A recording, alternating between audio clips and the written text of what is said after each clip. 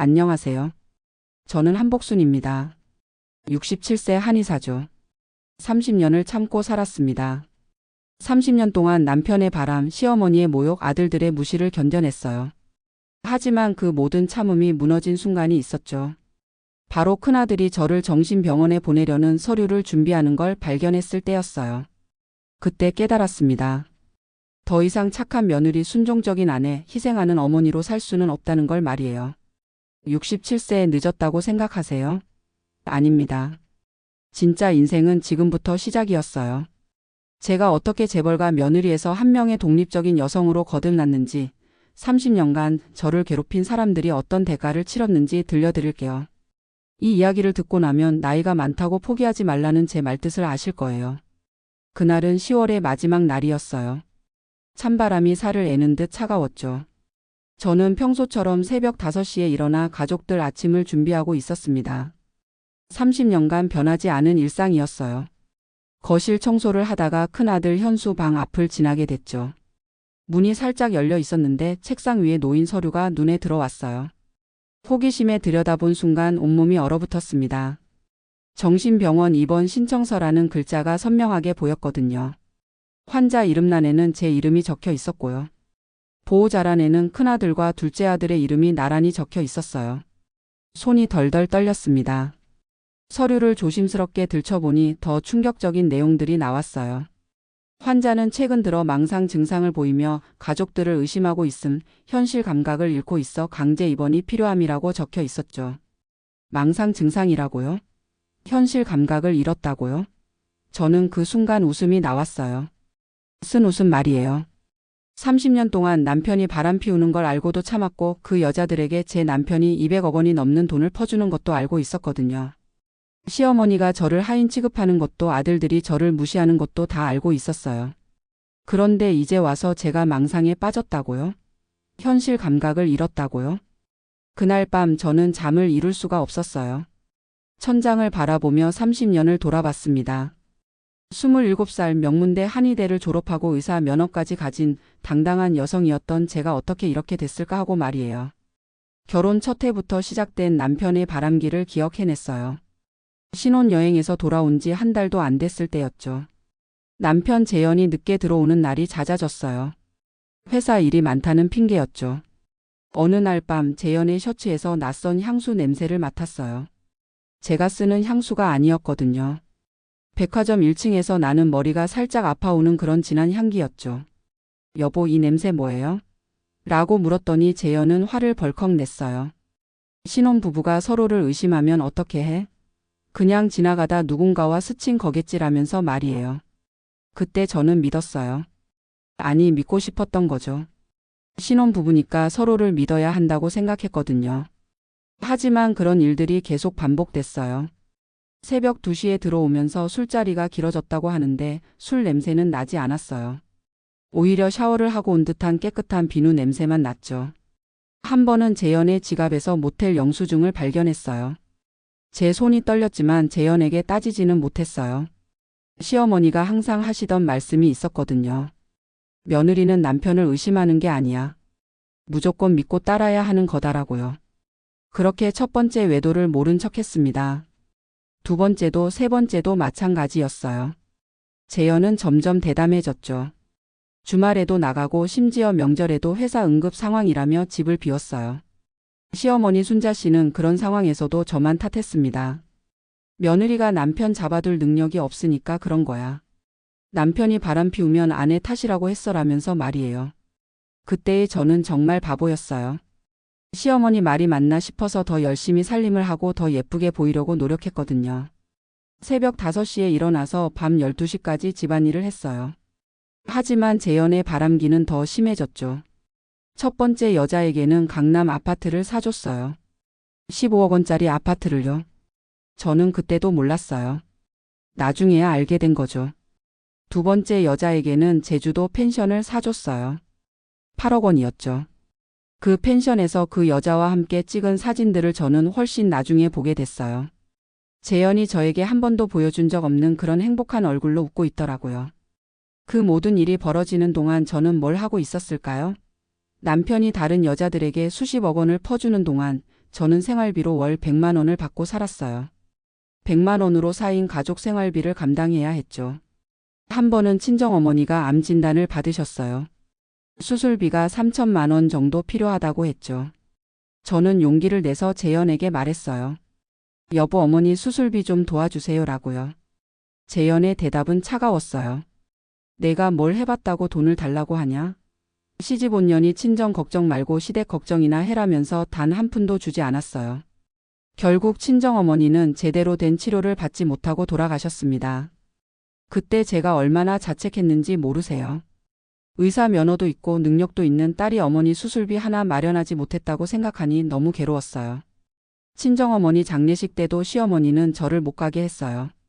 시댁 일이 바쁜데 친정 일로 며칠씩 집을 비우면 어떻게 해? 라면서 말이에요. 결국 저는 어머니의 마지막 가는 길도 제대로 배웅하지 못했습니다. 그 일이 있고 나서 저는 한의원을 차리고 싶다고 말했어요. 제 전공을 살려서 일을 하고 싶었거든요. 하지만 시어머니의 반응은 차가웠어요. 계집년이 나서서 하는 일은 다 망한다. 시댁에서 얻어먹고 자는 것만으로도 감사해야 할 주제에 무슨 꿈을 꾸냐라고 했죠. 재현도 마찬가지였어요. 집안일도 제대로 못하는 년이 무슨 사업을 하겠다고 나서냐라면서 한의원 개업을 완전히 반대했어요. 하지만 저는 포기하지 않았어요. 몰래 돈을 모았죠. 생활비에서 조금씩 아껴가며 5년 동안 모은 돈이 1,000만 원이었어요. 그 돈으로 작은 한의원을 차렸습니다. 한의원을 차리고 나서야 저는 조금이나마 숨을 쉴 수 있었어요. 제 이름으로 된 공간이 있다는 것, 제 실력으로 환자를 치료한다는 것이 얼마나 소중한지 그때 깨달았죠. 하지만 집에서는 여전히 하인 취급을 받았어요. 한의원에서 돌아와도 집안일은 모두 제 몫이었거든요. 새벽 5시에 일어나서 가족들 아침을 차리고 한의원 가서 환자들 진료하고 저녁에 돌아와서는 밤 12시까지 집안일을 했어요. 시어머니는 그런 저를 보면서도 한 번도 고마워하지 않았어요. 오히려 우리 집에서 얻어먹고 자는 것만으로도 감사해야 할 주제에 무슨 돈벌이를 한다고 나서냐며 핀잔만 주셨죠. 아들들도 마찬가지였어요. 큰아들 현수는 대학생 때부터 저를 무시했어요. 엄마는 아빠 돈으로 사는 주제에 무슨 할 말이 있어? 라고 했죠.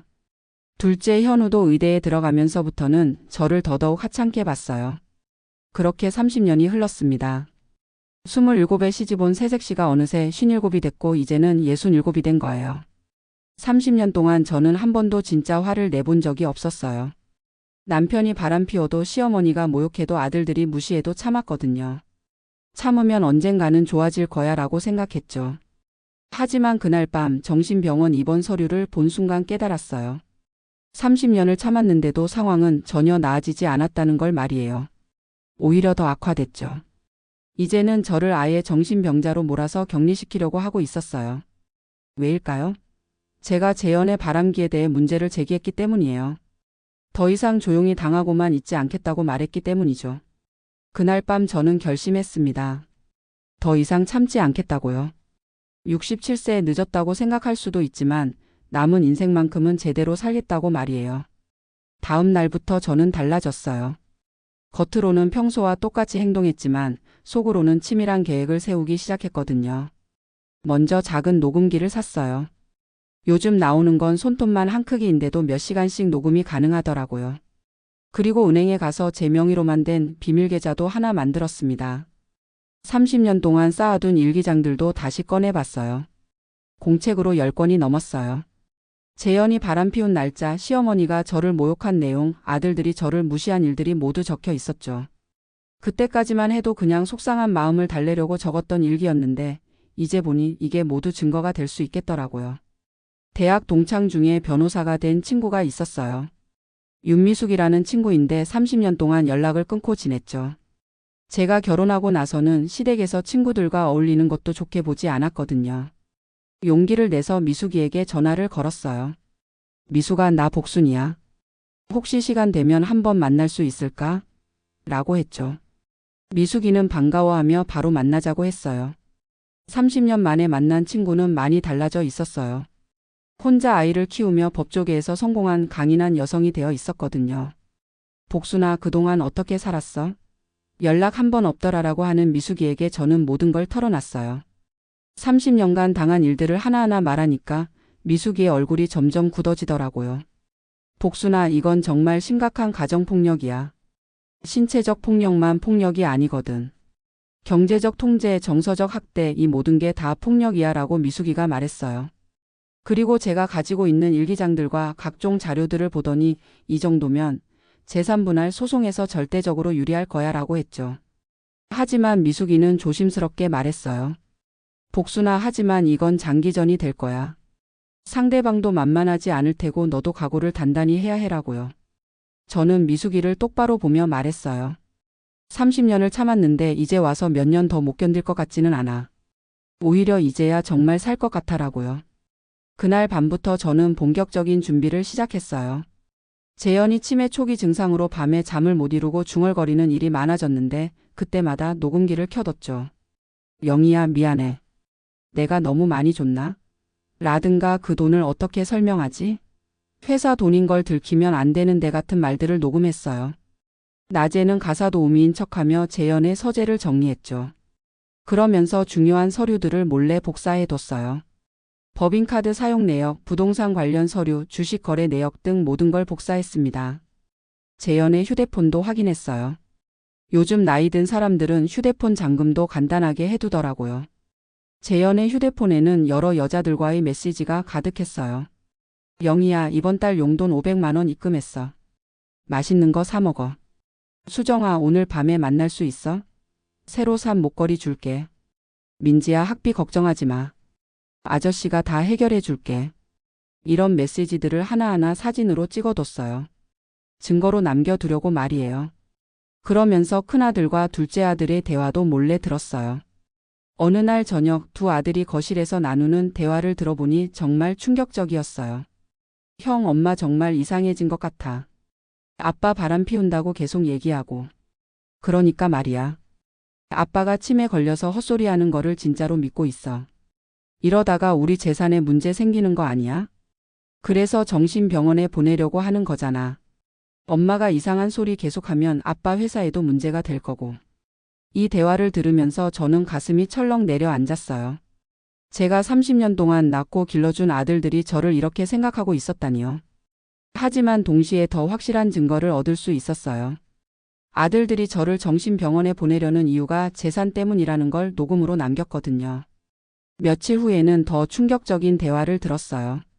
현우야, 내가 의사니까 엄마 정신감정서 좀 써줄 수 있어? 형, 그건 좀.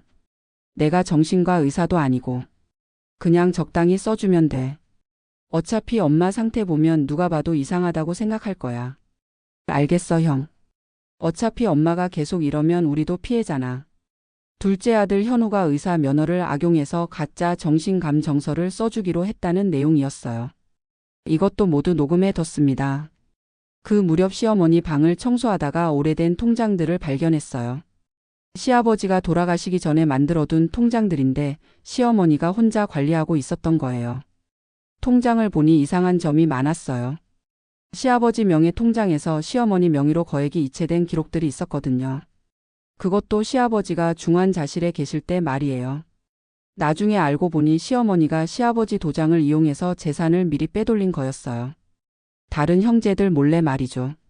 이런 식으로 3개월 동안 증거를 모았어요.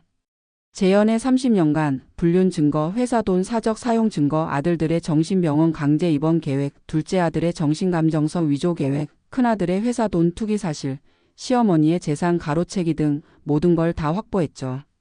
미숙이에게 가져가서 보여주니까 복순아, 이 정도면 완전히 이길 수 있어. 아니, 이긴다는 표현도 부족해. 상대방이 완전히 무너질 거야 라고 했어요. 하지만 저는 성급하게 행동하지 않았어요. 30년을 참고 살았는데 몇 개월 더 참으면서 완벽하게 준비하고 싶었거든요. 그러던 어느 날 재현의 첫 번째 애인 김영희를 만나게 됐어요. 우연히 마트에서 마주친 건데 영희는 저를 알아보고 굉장히 당황해 하더라고요. 사모님, 저를 기억하세요? 라고 영희가 조심스럽게 물었어요. 저는 차분하게 대답했어요. 기억하죠. 15억짜리 아파트 받으신 분이라고요. 영희의 얼굴이 새하얗게 질렸어요. 사모님, 그건 하며 말을 못 잇더라고요. 저는 영희에게 말했어요. 커피 한 잔 하실래요? 할 말이 있어요라고요. 카페에서 만난 영희는 예전만큼 화려하지 않았어요. 재현에게서 받은 아파트는 있지만 이제 재현이 연락도 잘 안 한다고 하더라고요. 더 젊은 여자들에게 관심이 옮겨간 거죠. 영희 씨, 제 남편이 다른 여자들에게도 똑같이 했다는 걸 아세요? 라고 물었어요. 영희는 모른다고 했어요. 자기만 특별한 줄 알았다고요. 저는 영희에게 재현의 다른 애인들에 대한 이야기를 해줬어요. 제주도 펜션을 받은 두 번째 애인, 대학생인 세 번째, 네 번째, 다섯 번째 애인들 말이에요. 영희는 충격받아서 울기 시작했어요. 사모님, 저는 정말 사랑한다고 생각했어요 라고 했죠. 저는 영희에게 말했어요. 저도 30년 전에는 진짜 사랑한다고 생각했어요. 하지만 이제 알았죠. 그 사람에게는 우리 모두가 그냥 물건이었다는 거리라고요. 그리고 영희에게 제안했어요. 영희 씨가 가지고 있는 재현과의 사진이나 녹음 파일이 있으면 저에게 주세요. 그 대신 재현에게 제대로 된 대가를 치르게 만들어 드릴게요 라고 했죠. 영희는 잠시 생각하더니 고개를 끄덕였어요. 사모님, 사실 저도 배신감을 많이 느꼈어요. 저만 특별한 줄 알았는데 그게 아니었잖아요 라고 했죠. 며칠 후 영희가 가지고 온 자료들은 정말 충격적이었어요. 재현과 함께 찍은 사진들, 재현이 영희에게 한 약속들을 녹음한 파일들, 재현이 영희에게 보낸 선물들의 영수증까지 모든 걸 보관하고 있었거든요. 특히 충격적이었던 건 재현이 영희에게 아내는 이제 늙어서 매력이 없어. 너만이 내 진짜 사랑이야 라고 말한 녹음 파일이었어요. 그 말을 들으며 저는 웃었어요. 쓴 웃음이었죠. 30년 동안 저를 속이고 다른 여자들에게는 그런 달콤한 말을 했던 거예요. 그것도 저를 조롱하면서 말이죠.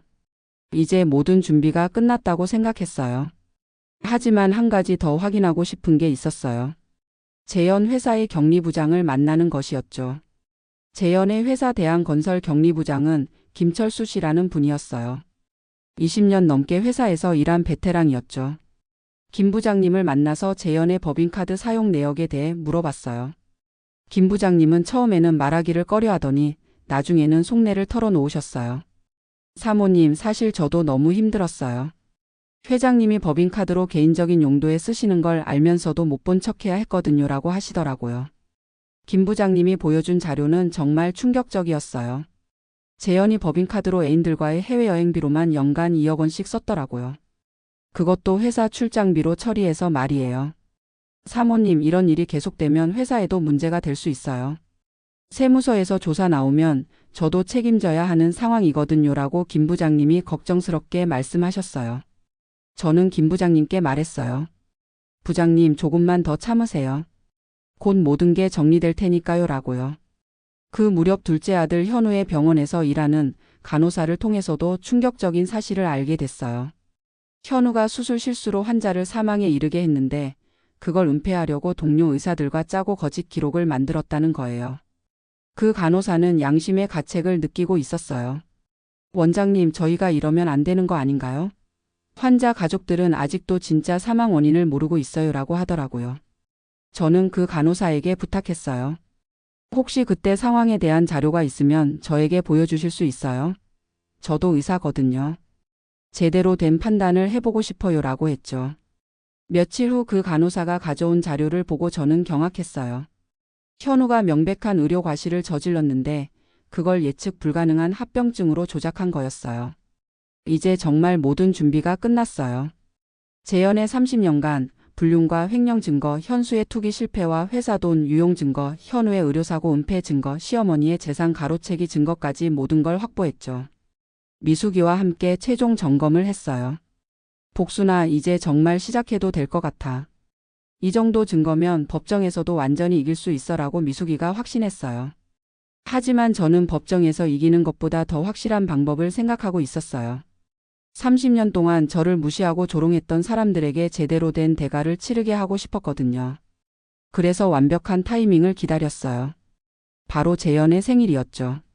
재현의 69번째 생일날 평소와 다를 바 없이 가족들이 모였어요. 큰아들 현수, 둘째 아들 현우, 그리고 시어머니까지 모두 모인 거죠. 거기에 몇몇 친척들과 재현의 회사 임원들도 와 있었어요. 저는 평소처럼 생일상을 차렸어요. 재현이 좋아하는 갈비찜, 전복죽, 각종 나물들까지 정성스럽게 준비했죠. 30년 동안 해왔던 것처럼 말이에요. 여러분, 오늘은 우리 가장의 생일이니까 특별한 선물을 준비했어요 라고 말하며 거실에 대형 스크린을 설치했어요. 가족들은 엄마가 무슨 깜짝 선물을 준비했나 하며 궁금해했죠. 시어머니는 며느리가 돈도 없으면서 무슨 선물을 준비했을까 라며 비아냥거렸어요. 저는 리모컨을 들고 말했어요. 30년 동안 우리 가족이 얼마나 행복했는지 보여드릴게요 라고요. 첫 번째 사진이 스크린에 나타났어요. 재영과 첫 번째 애인 김영희가 제주도에서 함께 찍은 사진이었죠. 둘이 아주 다정하게 포옹하고 있는 모습이었어요. 거실이 갑자기 조용해졌어요. 재현의 얼굴이 하얗게 질렸고 현수와 현우는 이게 뭐야? 라며 당황해했죠. 저는 차분하게 설명했어요. 이건 15년 전 아버지가 영희 씨와 제주도 여행 갔을 때 사진이에요. 참, 그때 여행비는 회사 법인카드로 결제했더라고요 라고요. 두 번째 사진은 재현이 두 번째 애인과 강남 아파트 앞에서 찍은 사진이었어요. 이건 아버지가 수정 씨에게 15억짜리 아파트 사주고 찍은 기념사진이에요 라고 설명했죠. 세 번째, 네 번째, 다섯 번째 사진들이 계속 나왔어요. 재현이 여러 여자들과 찍은 사진들, 고급 레스토랑에서 데이트하는 모습들, 해외여행 가서 찍은 사진들까지요. 그 다음에는 법인카드 사용 내역이 나왔어요. 아버지가 개인적인 용도로 쓴 회사 돈이 연간 평균 5억 원씩 30년간 총 150억 원 정도 되네요 라고 차분하게 설명했어요. 재현은 말을 더듬으며 변명하려 했어요. 복순아, 이건 오해야. 내가 설명해 줄게라고요. 저는 재현을 똑바로 보며 말했어요. 30년 동안 오해라고 말하고 싶었어요, 여보. 하지만 이제는 오해가 아니라는 걸 모두가 알 수 있도록 해드릴게요 라고요. 그 다음에는 재영과 애인들의 통화 녹음이 나왔어요. 영희야, 아내는 이제 늙어서 매력이 없어. 너만이 내 진짜 사랑이야 라는 재현의 목소리가 거실에 울려 퍼졌어요. 시어머니가 이게 무슨 난리야 라고 소리쳤지만 저는 계속했어요. 그리고 이건 현수와 현우가 나눈 대화예요 라고 하며 아들들의 녹음을 틀었어요. 엄마 정신병원에 보내고 재산 분할하자는 내용이 고스란히 드러났죠. 현수와 현우는 서로를 보며 당황해했어요. 엄마, 그건 그런 뜻이 아니라 라고 변명하려 했지만 이미 늦었어요. 저는 마지막으로 현우의 의료사고 은폐 자료와 현수의 투기 실패 자료까지 공개했어요. 우리 아들들도 아버지 못지않게 비리를 잘하더라고요 라고 말했죠. 거실에 있던 모든 사람들이 충격에 빠졌어요. 친척들은 수군거리기 시작했고 회사 임원들은 재현을 쳐다보며 당황해했어요. 재현이 일어나서 소리쳤어요. 복순아, 이게 무슨 짓이야? 라고요. 저는 조용히 대답했어요. 30년 동안 당신이 저에게 한 짓이에요. 이제 되돌려 드리는 거죠라고요. 시어머니가 쓰러질 것 같다며 의자에 주저앉았어요. 충격이 너무 컸던 거죠. 평생 며느리를 무시하고 살았는데 그 며느리가 이렇게 치밀하게 준비한 복수를 당하게 된 거니까요. 현수가 다가오며 화를 냈어요. 엄마, 정말 미쳤구나. 이런 식으로 가족을 망치려고? 라고 소리쳤죠. 저는 현수를 차분히 보며 말했어요. 가족을 망친 건 너희들이야. 30년 동안 엄마를 무시하고 정신병자 취급하면서 말이야. 이제 누가 정말 미친 건지 알겠지? 라고 했어요. 현우도 변명하려 했어요. 엄마, 우리가 그런 뜻으로 한 게 아니라 라고요. 하지만 저는 더 이상 들어주지 않았어요. 30년 동안 변명을 들어줬으니까 이제 그만이야. 이제는 각자 자기가 한 일에 대한 책임을 져야 할 시간이에요 라고 말했죠. 그날 밤 집은 완전히 난장판이 됐어요. 재현은 방에 틀어박혀서 나오지 않았고 시어머니는 충격으로 몸져 누웠어요. 현수와 현우는 서로에게 너 때문이다라며 싸웠죠. 저는 그 모든 상황을 보며 이상하게 마음이 평온했어요. 30년 동안 참았던 모든 게 한 번에 터져 나온 기분이었거든요. 다음 날부터 상황은 걷잡을 수 없이 번졌어요. 전날 생일 잔치에 왔던 친척들과 회사 임원들이 소문을 퍼뜨린 거죠. 재현의 불륜 사실이 동네에 알려지기 시작했어요. 30년 동안 모범 부부로 알려져 있었는데 알고 보니 남편이 그런 사람이었다는 소문이 퍼진 거예요. 회사에서도 문제가 됐어요. 주주들이 재현의 사적 유용 문제를 제기하며 임시주 주총의 소집을 요구했거든요. 회사 돈으로 개인적인 용도에 쓴 게 150억 원이나 된다는 사실이 알려진 거죠. 현수는 회사에서 곤란한 상황에 처했어요. 아버지를 대신해서 수습하려고 했지만 자신의 투기 실패 사실까지 알려져서 더 큰 혼란이 된 거예요. 현우의 병원에서도 난리가 났어요. 의료사고 은폐 사실이 알려지면서 병원장이 현우를 해고 검토한다고 했거든요. 그런 상황에서 재현의 애인들끼리도 문제가 생겼어요. 저는 일부러 애인들에게 전화를 걸어서 남편이 다른 여자들에게 준 돈이 총 얼마인지 아세요? 라고 물어봤거든요. 그러자 애인들끼리 서로 질투하고 대립하기 시작했어요. 자기만 특별한 줄 알았는데 알고 보니 여러 명 중 하나였다는 걸 알게 된 거죠. 어느 날은 재현의 애인 3명이 동시에 집으로 찾아왔어요. 서로 재현을 만나러 온 건데 마주치면서 큰 소리로 싸우는 바람에 온 동네가 다 들을 정도였어요. 당신이 누군데 여기 와 있어? 그건 내가 할 말이지. 재현 오빠는 나를 제일 사랑한다고 했거든. 뭐라고? 나한테는 나만 사랑한다고 했는데? 이런 식으로 집 앞에서 실랑이를 벌이는 모습을 보며 저는 속이 시원했어요. 30년 동안 혼자 참고 견뎠던 굴욕감이 조금이나마 해소되는 기분이었거든요. 재현은 그런 상황을 감당하지 못하고 있었어요. 치매 초기 증상 때문에 판단력도 떨어져 있는데 여러 여자들이 동시에 찾아와서 따지니까 완전히 패닉 상태가 된 거죠. 복순아, 이것 좀 정리해줘. 내가 어떻게 해야 할지 모르겠어라고 저에게 도움을 요청했지만 저는 냉정하게 대답했어요. 30년 동안 혼자 정리해 오셨잖아요. 이제 와서 제게 도움 달라고 하시는 건가요? 라고요. 시어머니도 상황이 심각해지자 저에게 빌기 시작했어요. 복순아, 제발 이런 일 그만하자. 가족이 이렇게 되면 안 되잖니라고 하시더라고요. 저는 시어머니께 말했어요. 어머니 30년 동안 저를 하인 취급하실 때는 가족이라고 생각 안 하셨잖아요. 이제 와서 가족이라고 하시면 좀 이상하지 않나요? 라고요. 그러자 시어머니가 내가 잘못했다. 용서해달라고 빌기 시작했어요. 하지만 저는 마음이 움직이지 않았어요. 30년은 너무 긴 시간이었거든요. 한편 저는 미숙이와 함께 법적 절차도 준비하고 있었어요. 재산분할 소송을 위한 서류 준비를 완료했죠. 30년간 모은 증거들을 정리해보니 정말 엄청났어요. 재현의 불륜 증거만 해도 사진 200여 장, 녹음 파일 50여 개, 법인카드 사용 내역 수백 페이지였어요. 미숙이가 말했어요. 복순아, 이 정도면 재산의 80% 이상을 가져올 수 있을 거야. 상대방 변호사가 누가 와도 이길 수 없는 증거들이야 라고요. 그런데 한 가지 더 확인하고 싶은 게 있었어요. 재현의 회사 주주들과 직접 만나보는 거였죠. 재현이 혼란에 빠져 있는 사이 저는 회사 주주들과 비밀리에 만났어요. 주요 주주 몇 명에게 재현과 현수의 비리 증거들을 보여줬죠. 주주들은 충격받았어요. 사모님, 이런 일이 정말 있었던 건가요? 라고 물었죠. 저는 모든 증거를 차례로 보여드렸어요. 그러자 주주들이 결정을 내렸어요. 재현과 현수를 경영진에서 퇴출시키고 새로운 경영진을 구성하기로 한 거예요. 사모님께서 회사 이사직을 맡아주시면 어떨까요? 이런 일이 다시 발생하지 않도록 감시해 주실 분이 필요해요 라고 주주들이 제안했어요. 저는 잠시 생각해보고 말했어요. 고민해 보겠습니다.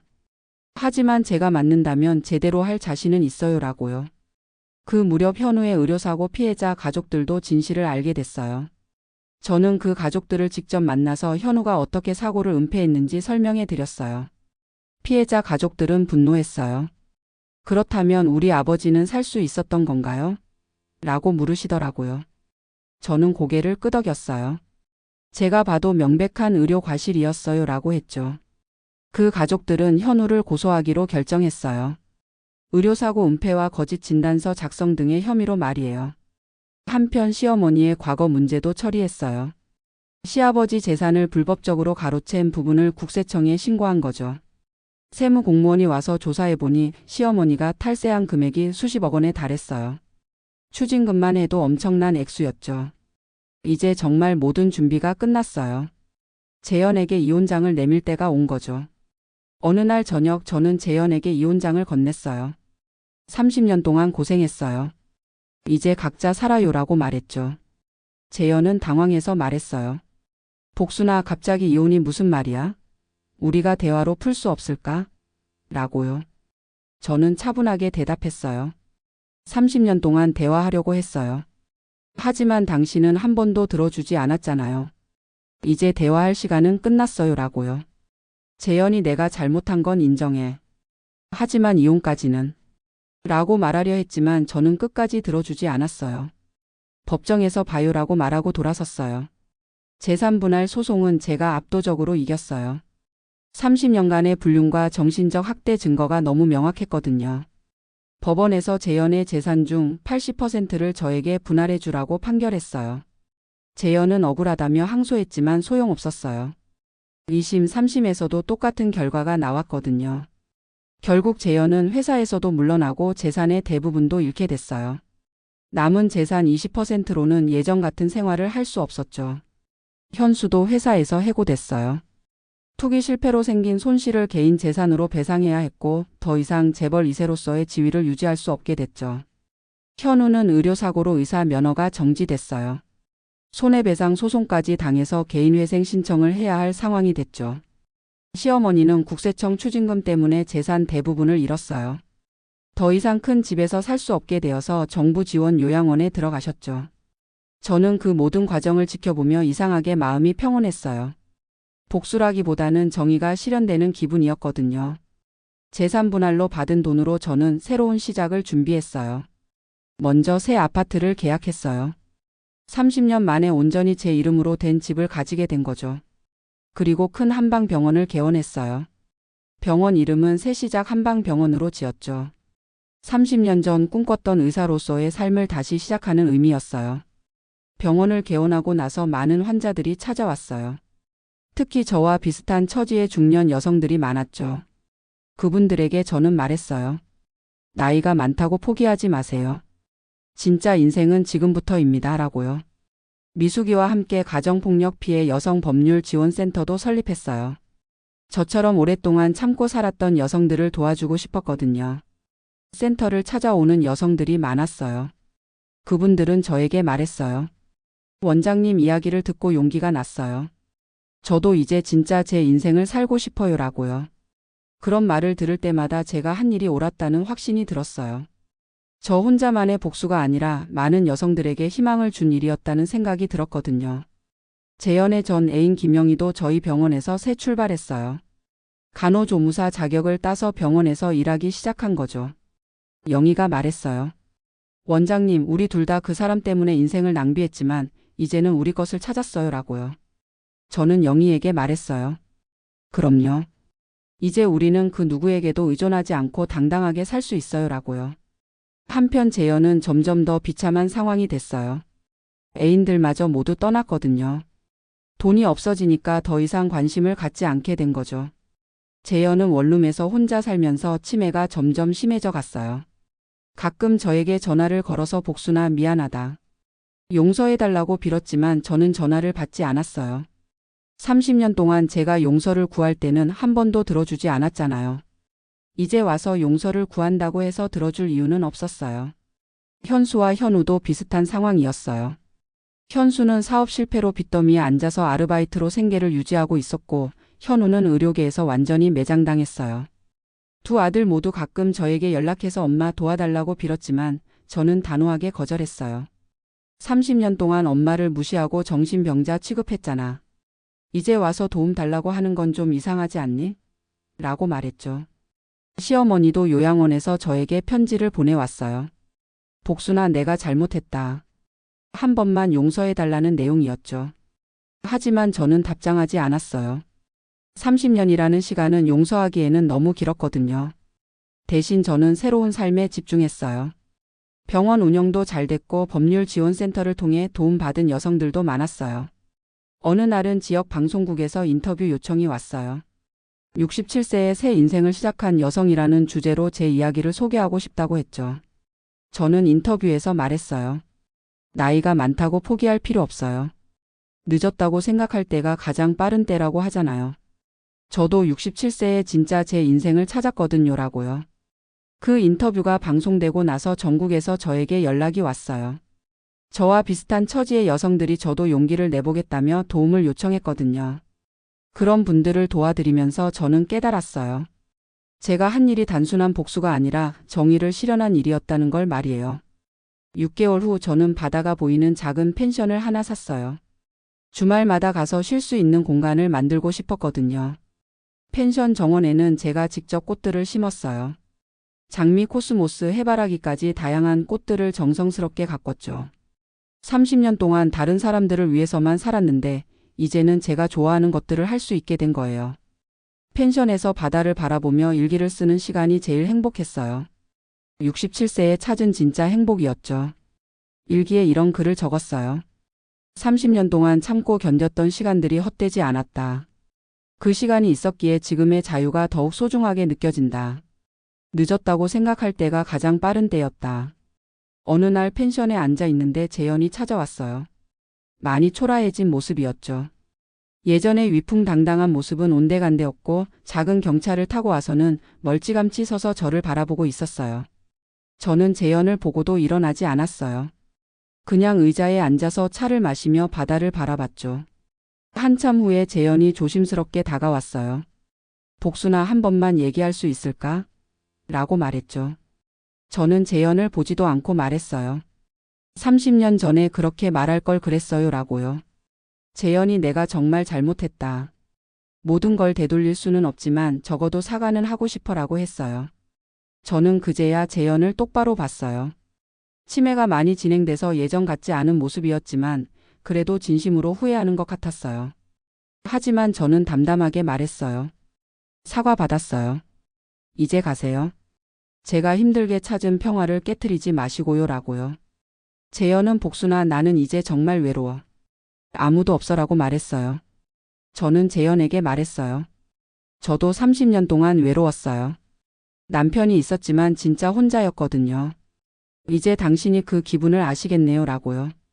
재현은 더 이상 말하지 못하고 돌아갔어요. 그 뒷모습을 보며 저는 복잡한 감정이 들었어요.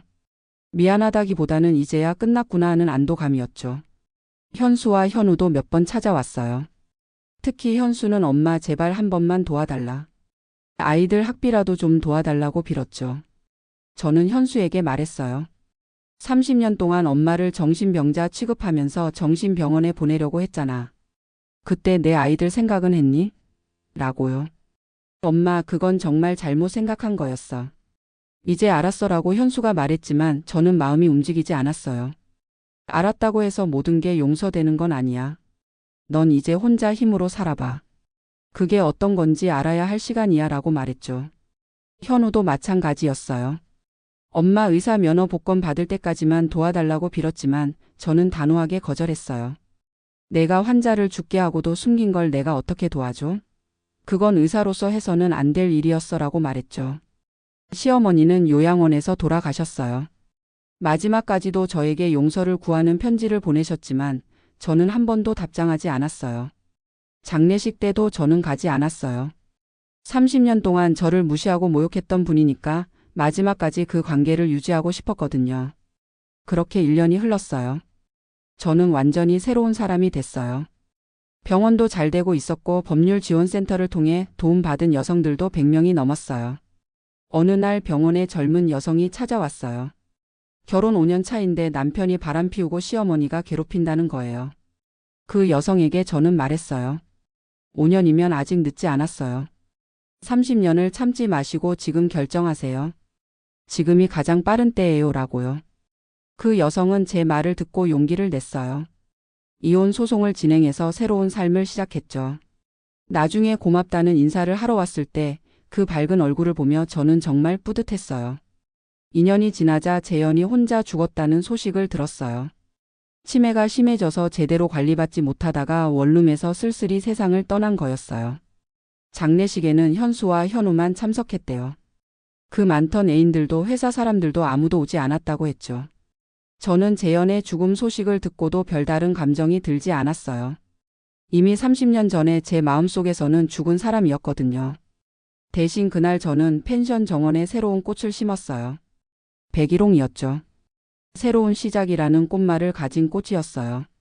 현수와 현우는 아버지가 죽고 나서도 여전히 어려운 상황이었어요. 가끔 제게 연락해서 도움을 요청했지만 저는 계속 거절했어요. 너희들이 선택한 길이야. 끝까지 가봐라고 말했죠.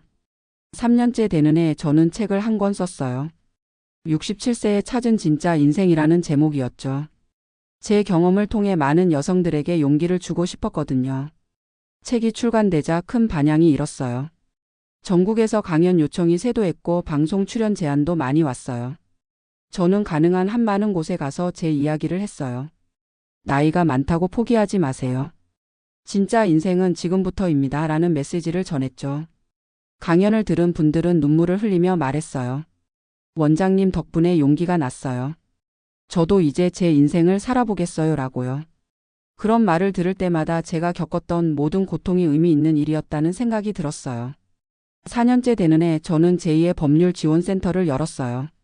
이번에는 서울에 본격적인 센터를 만든 거죠. 더 많은 여성들을 도와주고 싶었거든요. 센터 개소식에는 정말 많은 분들이 와주셨어요. 제가 도와준 여성들, 미숙이 같은 동료들, 그리고 저를 응원해주는 시민들까지요. 개소식에서 저는 말했어요. 30년 동안 참고 견뎠던 시간이 헛되지 않았어요. 그 경험이 있었기에 지금 여러분들을 도울 수 있거든요. 늦었다고 생각하지 마세요. 지금이 바로 시작할 때예요. 라고요. 박수가 우렁차게 울려 퍼졌어요. 그 박수 소리를 들으며 저는 정말 뿌듯했어요. 그날 밤 펜션에 돌아와서 일기를 썼어요. 오늘로 제 복수는 완전히 끝났다. 아니, 복수라는 말보다는 정의 구현이라고 하는 게 맞겠다. 30년 동안 저를 괴롭힌 사람들은 모두 그에 합당한 대가를 치렀고 저는 진짜 제 인생을 찾았다. 67세에 시작한 새 인생이 이렇게 의미 있을 줄 몰랐다. 이제 남은 시간은 온전히 제 것이다. 그리고 저처럼 힘든 상황에 있는 여성들을 도와주는 일에 쓰고 싶다. 30년을 참았지만 결코 헛되지 않았다. 그 시간이 있었기에 지금의 자유가 더욱 소중하다. 늦었다고 생각할 때가 정말 가장 빠른 때였다.